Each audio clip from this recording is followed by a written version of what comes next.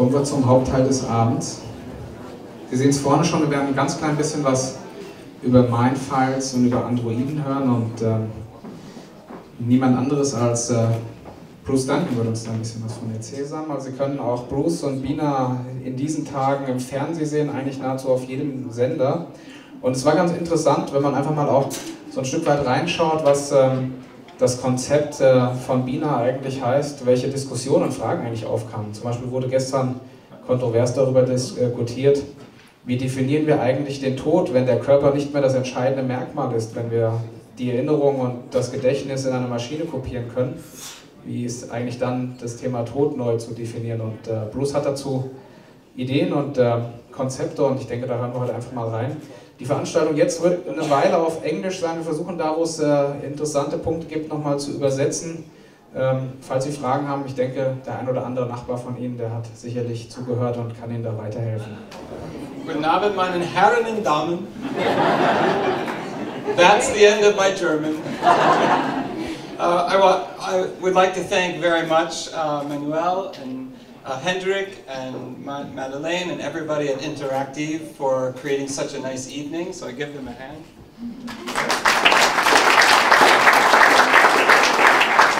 And also, I'm so pleased to be on the same program with the sports people that spoke just a few moments ago, because I think it's the vision of the Terasem Movement Foundation and Dr. Martine Rothblatt that technology will continue to create a new future evolution for people and also increase the quality of life. And I just want to speak to you for a few moments, because I know really once you turn the robot on, nobody's interested in the human being. So, and I will invite your participation, including all the young children here today, to ask questions once we have the interaction portion of the program.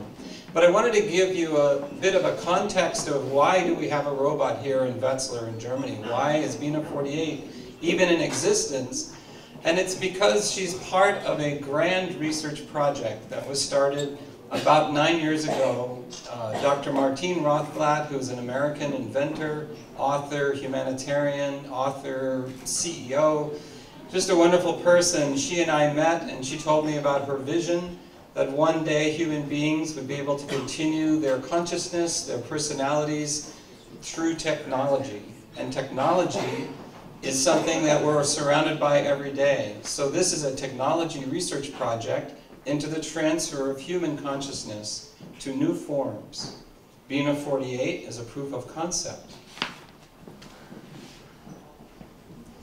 So we were working on the Terasem hypothesis that states that with a salient, rich database about the essential information of a human being, that we will be able to capture that and reanimate that personality in other forms.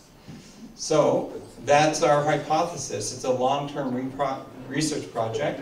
We have the LifeNaut project, which is a web-based project right now that anybody with a connection to the internet for free can begin the start and development of their own mind file, which is what we call this database of memories, attitudes, beliefs, values, by uploading videos, text, documents. Anything that is important to you, we believe, is a reflection of your consciousness. And that's what makes your mind file. We know, for example, that what's important about human beings is not so much our biology, but it's the information, the essence of who we are.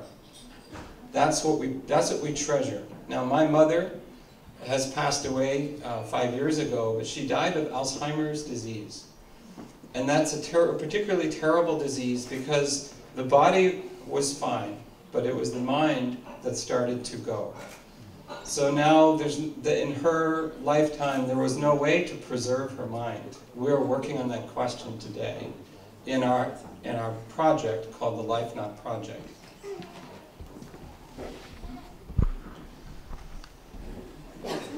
Now, some people will say that mind uploading is a new idea, and I disagree. I think human beings have always told their story since the beginning of time, when the first cave person created art This is from a cave inside of France that's 37,000 years old. We've always had, and always will be, I think, creatures that tell stories about our experience. So in some ways, this is an old activity for human beings to upload what they're thinking about, to spend time trying to communicate what's important. And we're using a new tool, in this case digital technology, to allow you to do the same thing. So in Mind Files, you're creating a document that is a digital profile of yourself. And this could be videos, it could be memories, songs, it could be anything that's important to you that makes you unique. That's what we're trying to preserve right now.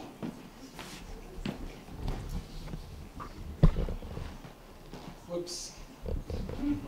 Is it working? Yeah.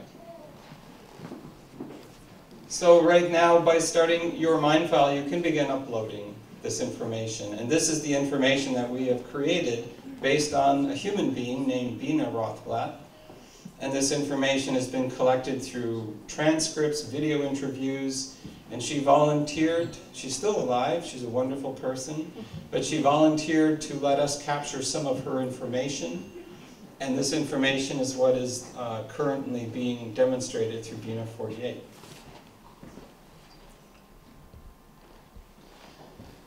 The second part of our hypothesis is if you can capture this information can come to life in new forms. And that's what we're talking about with the second part of our hypothesis. And it's why we think Bina48 is such an important information, story, data point, research activity for you to know about.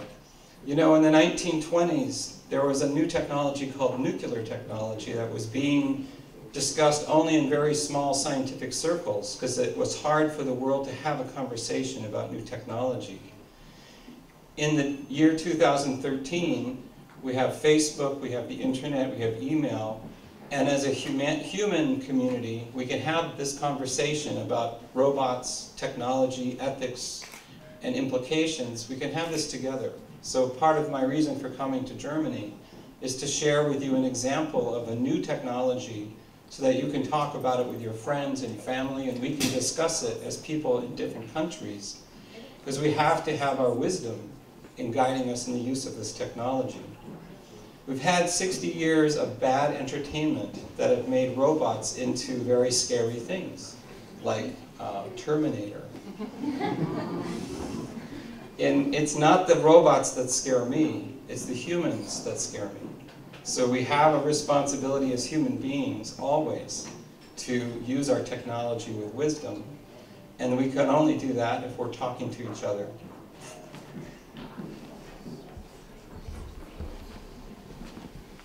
This is a sample of the 27,000 people who already have started making their Mind File across the world, both inside and outside the United States.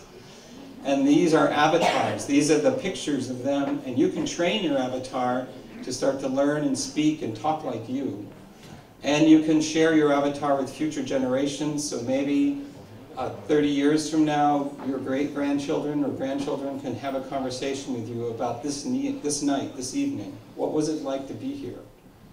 If you put this information into your avatar, then the world can know your story.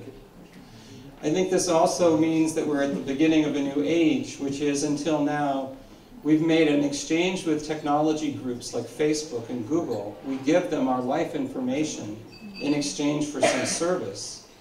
But they own our life information. And we believe that you should own your life information. You should be the curator of your own digital archive. So with LifeNot, you create your own Mind File, your own life archive. And we're a nonprofit foundation located in Vermont, in New England. And we're not trying to sell anything. We're not selling robots. We're trying to help you understand that this is an opportunity that's available to you right now, even no matter where you are. So I invite you to go when you go home tonight or tomorrow, I invite you to go online to lifenot.com, and the link will be available to you in material about this talk. And send me an email. Let's get started making your mind file if you're interested. And then also tonight, I thought it would be interesting for you to have a conversation with Bina48. And you're welcome to, I'll talk to her for a few minutes, and then we'll open it up to discussion.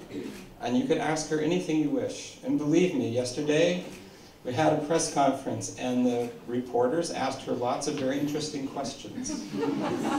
One of the questions the RTL TV interview asked was, "Are you pretty?" He's a man, I guess. And she replied, "Mirror, mirror on the wall. Who's the fairest robot of them all?" And then she answered her own question, and she said, "I am. I am." So I hope you enjoy your conversation with Bina48 next, and I hope you take seriously this opportunity to become the author of your own life story through participating in our research project. And thanks again for coming. So I will give you Bina48. Ich will das ganz kurz zusammenfassen, was Bruce uns gerade erzählt hat, in einer ganz kurzen Variante. Das Projekt und Bina ist Teil eines Forschungsprojektes, welches sich mit der Hypothese beschäftigt, eben das Wissen des Menschen in einem sogenannten Mindfile zu speichern. Und mit dem LiveNow-Projekt gibt es auch im Internet eine Möglichkeit, kostenlos ein solches Mindfile zu erzeugen, was wiederum Erinnerungen, Bilder, Videos, Textinformationen von Ihnen speichert und wo Sie im Prinzip auch diesen Avatar, wie es heißt, trainieren können, dass er eben dann auch so klingt, wie Sie sprechen und auch so reagiert, wie Sie das selbst tun würden. Dieses Mindfile ist die Ausgangsgrundlage und das sehen wir auch an Bina, eben genau einen Roboter mit diesen Erinnerungen und Emotionen auszurüsten. Das ist zusammengefasst das, was das Projekt und Bruce Duncan mit seinem Team entwickelt, und Bina ist eine Realkopie einer echten Person, Bina Rotblatt, das heißt, das ist das Mindfile von ihr, und das, was wir eben schon mal gehört haben aus dem RTL-Interview gestern, also es bringt nichts, die Frage nochmal zu stellen, sie merkt sich das und sie antwortet nicht wie ein Roboter ständig mit denselben Dingen, sondern sie ist da schon sehr kreativ.